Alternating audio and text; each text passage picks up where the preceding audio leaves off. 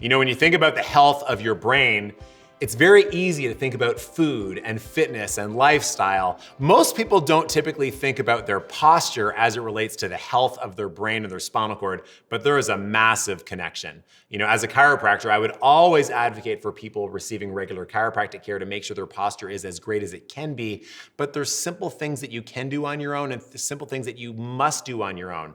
You know, Dr. Ruck did a study in 1995 identifying that when people lose the natural curvature in their neck, which is all too common nowadays because of how much people sit and how much people text and how much people use computers, that the same process of demyelination, which is the very, very pathological problem that happens in the brain for people that have multiple sclerosis, that actually happens in the spinal cord, just a few inches below the brain when your posture starts to become distorted. So it's vital that you maintain healthy posture. It will not only affect your spinal cord, but that's also gonna affect the brain's control into the body.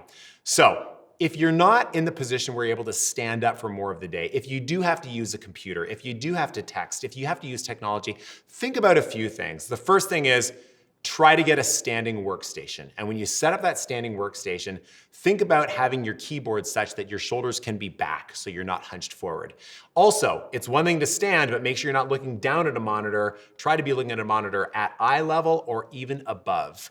When you set up your work environment, I would set things up so that you are forced to move around.